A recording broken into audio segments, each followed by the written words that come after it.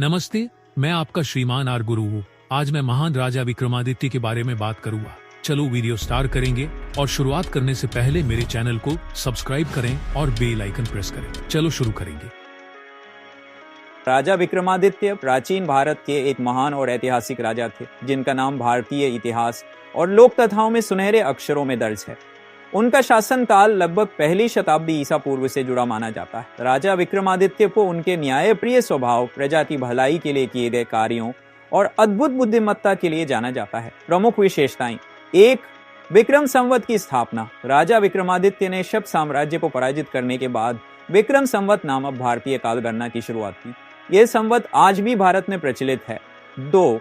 सिंहासन बत्तीसी। उनकी महानता और न्यायप्रियता की कहानियों को सिंहासन बत्तीसी के रूप में प्रस्तुत किया गया है।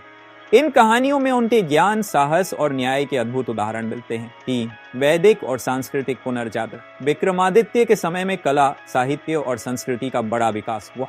उनके दरबार में 9 रत्न विद्वान थे, जिनमें कालिदास, वराहमिहिर और धन्वंतरी जैसे प्रसिद्ध नाम शामिल हैं। 4. शासन और प्रजा सेवा।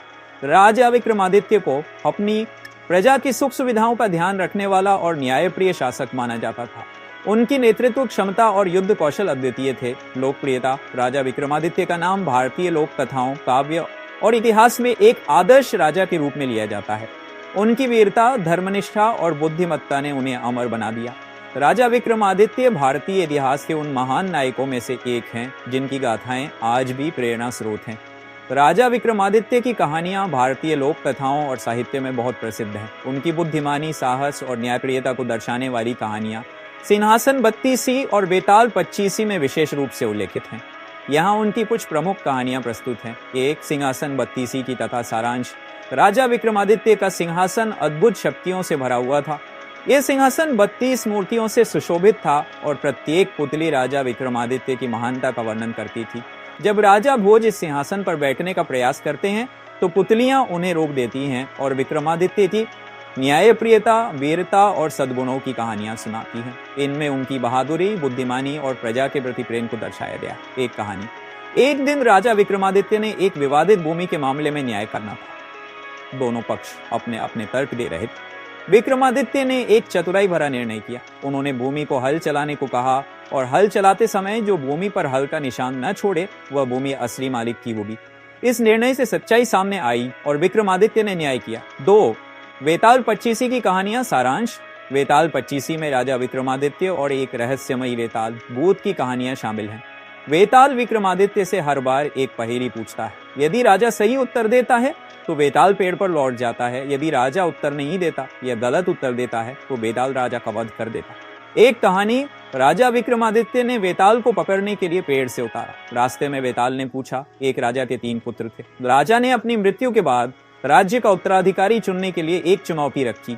उसने कहा कि जो सबसे बड़ा बलिदान देगा वही राजा बनेगा। तीनों राजकुमारों ने बलिदान दिए। पहला पुत्र अपनी आंखें दान कर देता है, दूसरा पुत्र अपना हाथ काट देता है, तीसरा पुत्र अपना जीवन देने को तैयार होता है।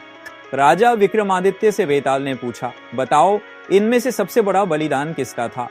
विक्रमादित्य ने उत्तर दिया, तीसरे पुत्र का, क्योंकि जीवन सबसे बड़ा बलिदान है। उत्तर सुनकर बेताल हंसते हुए पेड़ पर लौट गया। 3. सोने का पेड़ और न्याय। एक गरीब ब्राह्मण ने राजा से अपनी समस्या बताई कि उसका पड़ोसी उससे सोने के पेड़ पर दावा करता है।